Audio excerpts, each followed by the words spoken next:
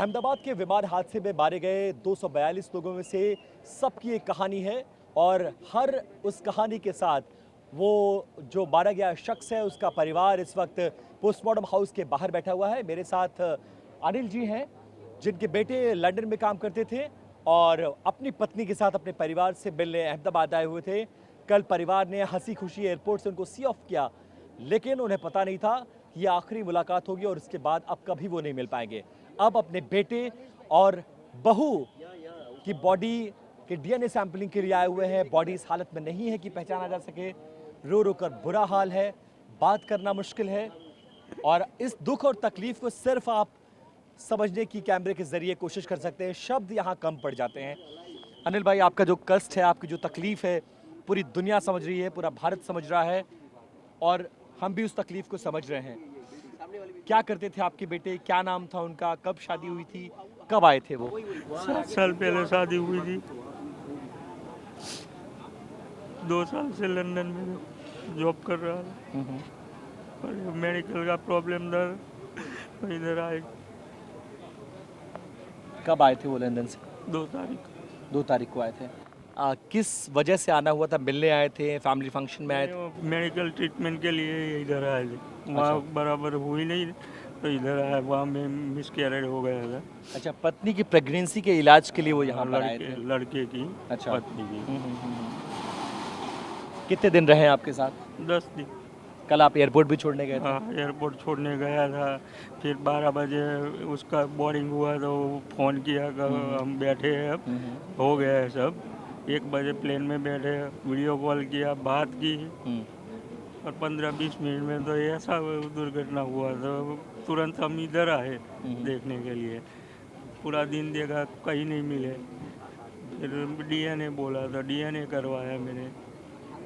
अभी तक 72 घंटा बोलता है तो अभी कुछ मालूम ही नहीं पड़ता है क्या है, कुछ पता ही नहीं चलता। हिम्मत रखिए, बहुत मुश्किल घड़ी है, हम इस बात को समझ रहे हैं और कोई भी आश्वासन इस तकलीफ को पूरा नहीं कर सकता। आपने अपने इकलौते बेटे को खोया है। होनहार बेटा था, पढ़ लिख कर लंदन में नाम कमा रहा था, परिवार की सेवा कर रहा था और उसका जाना बहुत तकलीफदेह होता है। अब तो मैं अकेला हो गया, मेरे परिवार में कोई नहीं था। पहले उसकी मम्मी चली गई 6 साल पहले, उसको कैंसर था। फिर मेहनत करके उसको भेजा कि भाई उसकी लाइफ बने। तेरे को क्या मालूम था कभी ऐसा होगा, तो मैं भेजता ही नहीं। 1% भी लगता कि बाहर कुछ ऐसा हो जाएगा तो कभी भेजने की हिम्मत नहीं करता। नहीं करता। आखिरी शब्द क्या थे जब आप एयरपोर्ट छोड़ने आए थे? तो बाबा से कुछ वादा करके गए? वो बोल के गया, इधर आया था 10 दिन के लिए तो पासपोर्ट भी मेरा बनवाया तत्काल में। वो बोला 4-6 महीने में मैं आपको बुलवा लेता हूँ वहाँ, मेरे साथ ही रहने का है। सब बोल, पासपोर्ट भी आ गया वो इधर था मेरा 2 दिन में तो तत्काल में। सारे सपने टूट गए। कुछ नहीं बचा है अब तो। जिंदगी जीने बेकार हो गई। जिंदगी किसके लिए जीऊं? लड़का सब पूरा हो गया।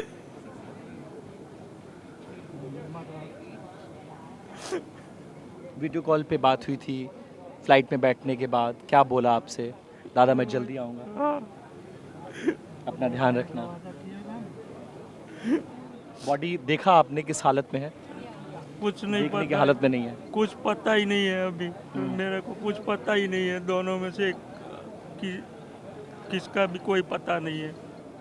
पत्नी की प्रेगनेंसी के लिए वो परेशान थे, इलाज कराने भारत आए हुए। हाँ, एडमिनिस्ट्रेशन, गवर्नमेंट क्या बोल रही है? कुछ नहीं, वो 72 घंटा बोल रही है। कुछ डेड बॉडी का इंतजार कर रहे हैं। हाँ, कभी सोचा था ऐसा भी दिन आएगा? कभी नहीं। हंसी खुशी जा रहा था, हंसी खुशी तो वहाँ नौकरी करता था, हंसी खुशी से बात करता था, रोज वीडियो कॉल आता था। अब क्या करेंगे? कैसे इंतजार? बहुत मुश्किल है। क्या जिंदगी जीना नहीं चाहता मैं।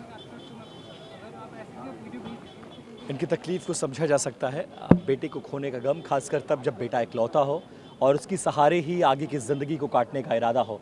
अब वो सहारा भी टूट गया, बेटा भी चला गया है और दुखद ये है कि बेटे को अंतिम बार देखना भी नसीब नहीं हुआ और उसकी डेड बॉडी के लिए पोस्टमार्टम हाउस के बाहर ऐसे तमाम पिता हैं, पत्नी हैं, माएँ हैं, भाई हैं जो इंतज़ार कर रहे हैं। ये लम्हा वाकई में बहुत दुखद है और किसी को भी हिला देने वाला है।